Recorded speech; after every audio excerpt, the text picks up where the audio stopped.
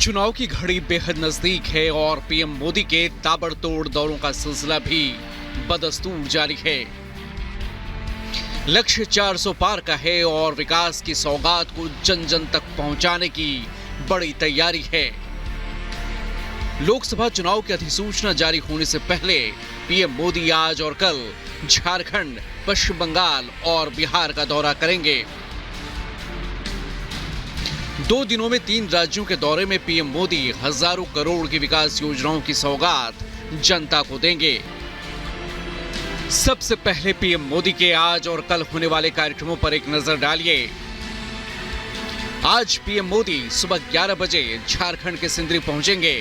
सिंदरी में पीएम मोदी का सार्वजनिक कार्यक्रम होगा। झारखंड को इस दौरे में पीएम मोदी 35,700 करोड़ की मेगा सौगात देंगे।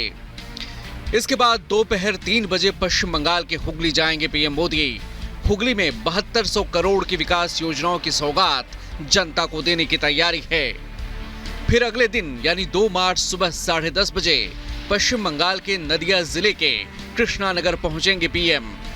कृष्णानगर में पीएम 15,000 करोड़ की योजनाओं की मेगा सौगात देंगे। फिर 2 मार्च दोपहर 2:30 बजे पश्चिम बंगाल से बिहार का दौरा करेंगे पीएम। बिहार के औरंगाबाद में पीएम मोदी का सार्वजनिक कार्यक्रम होगा। 21,400 करोड़ की योजनाओं का उद्घाटन और शिलान्यास पीएम मोदी औरंगाबाद में करेंगे। औरंगाबाद के बाद बेगूसराय में पीएम का सार्वजनिक कार्यक्रम तय है। बिहार में 4 नई ट्रेनों को भी इस यात्रा के दौरान पीएम हरी झंडी दिखाएंगे।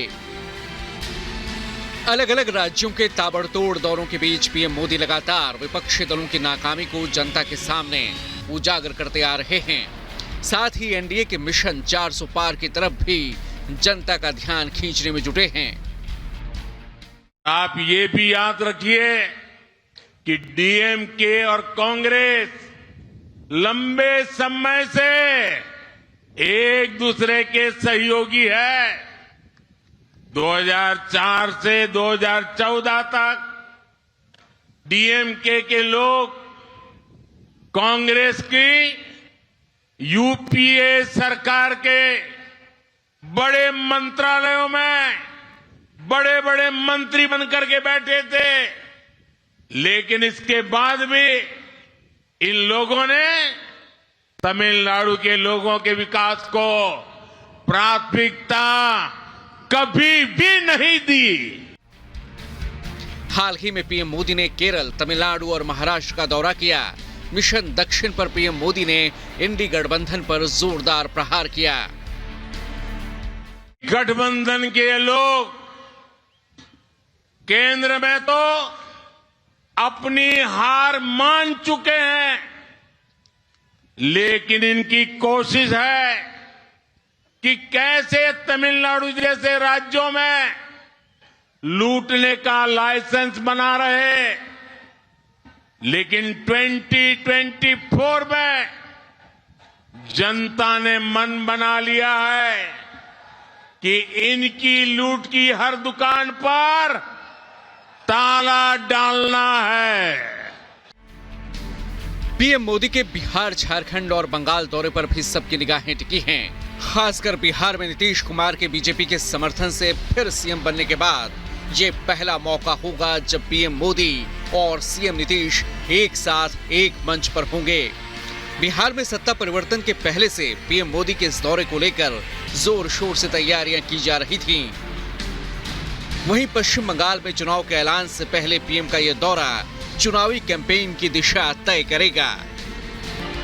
Bureau report, Republic Bharat. तो अबू धाबी के जिस मंदिर का उद्घाटन प्रधानमंत्री नरेंद्र मोदी ने किया, वो मंदिर अब आज से आम लोगों के लिए खुलने जा रहा है और आम लोग उस मंदिर में पहुंचकर दर्शन कर पाएंगे। तो देखिए किस तरह का ये भव्य मंदिर बनकर तैयार हुआ है 1 मिनट की रिपोर्ट में। संयुक्त अरब अमीरात में बने पहले हिंदू मंदिर को आज से आम जनता के लिए खोल दिया जाएगा। 14 फरवरी को पीएम मोदी ने अबू धाबी में बने भव्य हिंदू मंदिर का उद्घाटन किया था, जिसमें आज से श्रद्धालु सुबह 9 बजे से रात 8 बजे तक दर्शन पूजन कर सकेंगे। साथ ही मंदिर प्रशासन की ओर से सप्ताह में एक दिन सोमवार को मंदिर दर्शनार्थियों के लिए बंद रखने का फैसला लिया गया है। बता दें कि अबुधाबी के पहले हिंदू मंदिर का निर्माण नागर शैली में किया गया है। 27 एकड़ क्षेत्र में फैले मंदिर को करीब 700 करोड़ रुपए की लागत से तैयार किया गया है।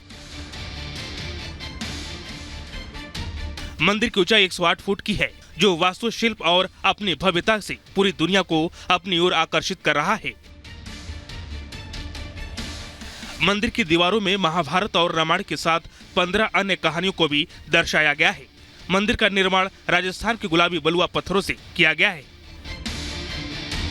Bureau report, Republic Bharat. और अब बात करते हैं ज्ञानवापी मामले से जुड़ी हुई, क्योंकि सुप्रीम कोर्ट में आज एक अहम सुनवाई होनी है। दरअसल मुस्लिम पक्ष ने सुप्रीम कोर्ट में याचिका दाखिल की थी हाईकोर्ट के उस फैसले को चुनौती देते हुए जिसमें स्वामित्व की मांग वाली 5 याचिकाएं हाईकोर्ट ने खारिज कर दी थी। अब इसी मसले को लेकर सुप्रीम कोर्ट में सुनवाई होनी है, जिस पर नजर बनी रहेगी। रिपोर्ट देखिए। ज्ञानवापी मामले में आज सुप्रीम कोर्ट में अहम सुनवाई होनी है। अंजुमन इंतजामिया मस्जिद समिति ने इलाहाबाद हाईकोर्ट के उस फैसले को सुप्रीम कोर्ट में चुनौती दी है जो स्वामित्व की मांग वाली मुस्लिम पक्ष की 5 याचिकाएं खारिज कर दी गई थी। इससे पहले इलाहाबाद हाईकोर्ट ने मुस्लिम पक्ष को बड़ा झटका देते हुए ज्ञानवापी के भीतर पूजा करने की हिंदू पक्ष की याचिका को चुनौती देने वाली अर्जी भी खारिज की थी, जो हाईकोर्ट में सुन्नी सेंट्रल वक्फ बोर्ड और अंजुमन इंतजामिया मस्जिद कमेटी की ओर से दायर की गई थी। इस दौरान हाईकोर्ट ने हिंदू और मुस्लिम दोनों पक्षों की दलीलें सुनने के बाद हिंदुओं के पक्ष में फैसला सुनाया और ब्यास तहखाने में हिंदू पक्ष की पूजा को जारी रखने का आदेश दिया, जिसके बाद से हिंदू पक्ष की ओर से ब्यास तहखाने में नियमित पूजा पाठ की जा रही है। फिलहाल सुप्रीम कोर्ट में आज की सुनवाई को लेकर सभी की निगाहें टिकी हुई हैं। Bureau report, Republic Bharat.